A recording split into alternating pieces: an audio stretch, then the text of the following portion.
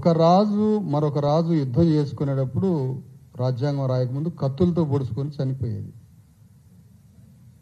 ఎవడు గెలిస్తే ఆ యుద్ధంలో వాడు రాజు అయ్యేది. తర్వాత ఎలక్షన్స్ వచ్చిన తర్వాత అనేక నైతిక ఆయుధాలు వాడాలి. నైతిక ఆయుధాలంటే మేనిఫెస్టోలు రాసుకోవాలి. కేసీఆర్ని చంపాలంటే రేవంత్ రెడ్డి 420 కత్తులు తయారు చేసిండు. ఆ 420 కత్తులల్లో 42% రిజర్వేషన్ కత్తి ఒకటి. అంటే వీళ్ళ యుద్ధంలో పరస్పర యుద్ధానికి కత్తులు కావాలి కాబట్టి ఆ 42% అనేటువంటి ఒక కత్తిని వాడితే కొట్టొచ్చు అనుకున్న రేవంత్ రెడ్డి ఆ కత్తిని కూడా పాపం ఏ ఊరు దొరక్క కామారెడ్డి అనే రెడ్డి ఊరిలోనే తీర్మానం చేసిండు. అసలు చస్తంటే ఈ రెడ్ల నుంచి తప్పించుకోవాలి, మనం చస్తంటే ఆ డిక్లరేషన్ కూడా అక్కడ జరిగింది. సంతోషం. ఆ కత్తిని ఇంకా వాడితే తాను ఇంకా బలోపేతం అవుతా అన్న దాంట్లో ఇరుక్కొని అది ఇక్కడ దాకా ప్రయాణమైంది.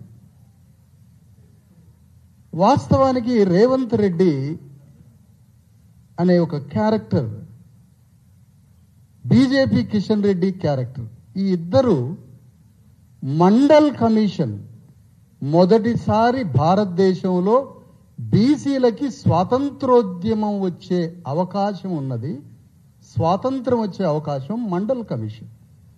దాన్ని అమలు చేయొద్దు అన్న పోరాటంలో పాల్గొన్న ప్రధానమైన విలన్స్ ఎవరైనా ఉంటే కిషన్ రెడ్డి, రేవంత్ రెడ్డి.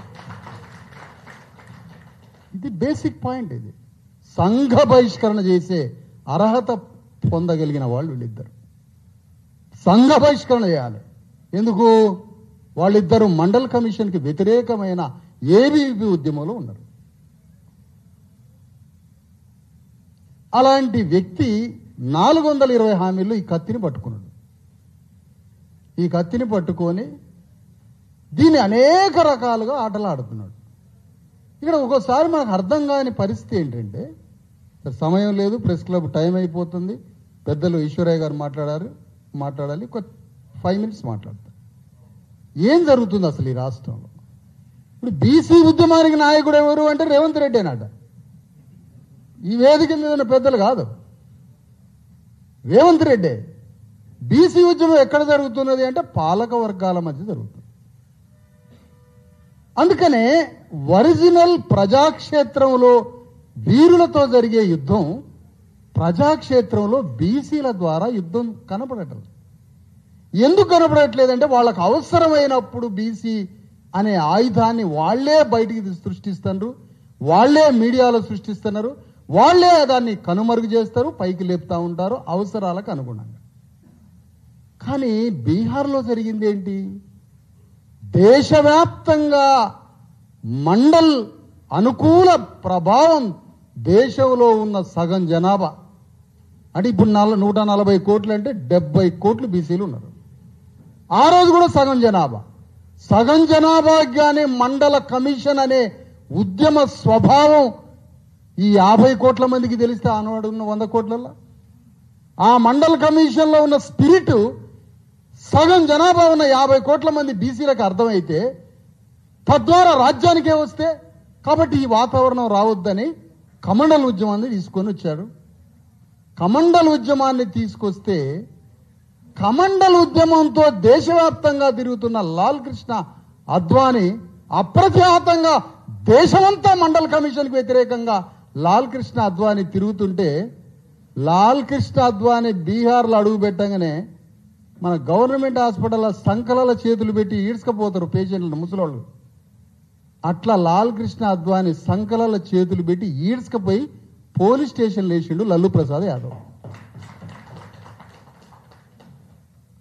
అయినా మనకు అర్థం కాలేదు.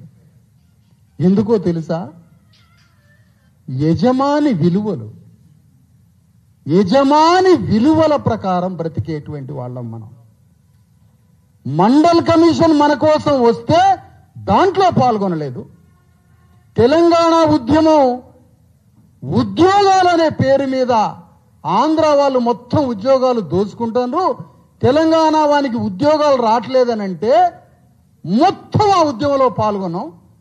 కానీ ఆంధ్ర వాళ్ళు దోచుకున్న ఉద్యోగాల కన్నా 1 కోటి రెట్ల దోచుకున్న తెలంగాణ అగ్రవాల చెర్ర నుంచి మనకి ఇప్పుడు ఈ 42% రిజర్వేషన్లు వస్తే కొన్ని కోట్ల రెట్ల ఉద్యోగాలు వస్తాయి ఆంధ్ర దోపిడీ కన్నా.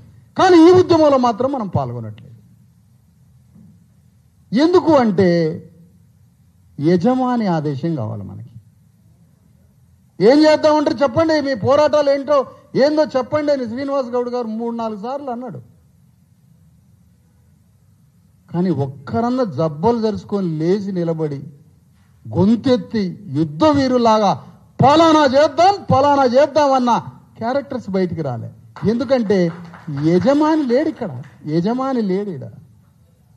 యజమాని విలువలతో మనం ఉన్నాం కాబట్టి భారతదేశాన్నైనా బంద్ చేసే స్థాయికి తెలంగాణ ఉద్యమం పోయింది. కానీ అందుకని ఇక్కడ నిర్ణయం తీసుకోవాల్సింది ఏంటంటే కులగణన అనే ఒక స్వాభావిక లక్షణాన్ని మనం అర్థం చేసుకోవాలి. భారత రాజ్యాంగం అనే కన్న తల్లికి బిడ్డలు కనిపించట్లే, కన్న తల్లికి కన్న బిడ్డలు కనిపించట్లే. కన్న తల్లి తన హృదయాన్ని తన ప్రేమని పంచడానికి తనకి బిడ్డలు కనపడనప్పుడు తల్లి ఏ విధంగా తన ప్రేమని పంచగలదు? భారత రాజ్యాంగం అనే కన్న తల్లికి తన బిడ్డలు కనిపించాలి అంటే కులగణన చేయాలి. ఆ బిడ్డలందరినీ రాజ్యాంగం చూసినప్పుడు భారతదేశంలో ఉన్న సంపదని కులగణన ద్వారా తన బిడ్డల్ని తెలుసుకొని డిస్ట్రిబ్యూట్ చేస్తుంది రాజ్యాంగం. ఇది బేసికల్ ప్రిన్సిపల్ ఇది. కానీ కన్న తల్లికి బిడ్డల్ని కనిపించకుండా చేయడమే ఇప్పుడున్నటువంటి అగ్రవర్ణ పార్టీల యొక్క పద్ధతి. తల్లికి బిడ్డలు దొరికినరా, రాజ్యాంగమే పంచింది సంపదని. కాబట్టి బిడ్డల్ని కనిపించకుండా చేసి ఇప్పటిదాకా వచ్చింది. అప్పుడు బిడ్డలకి కన్నతల్లి పెట్టడమే ప్రజాస్వామ్య విజయానికి మూల సూత్రం.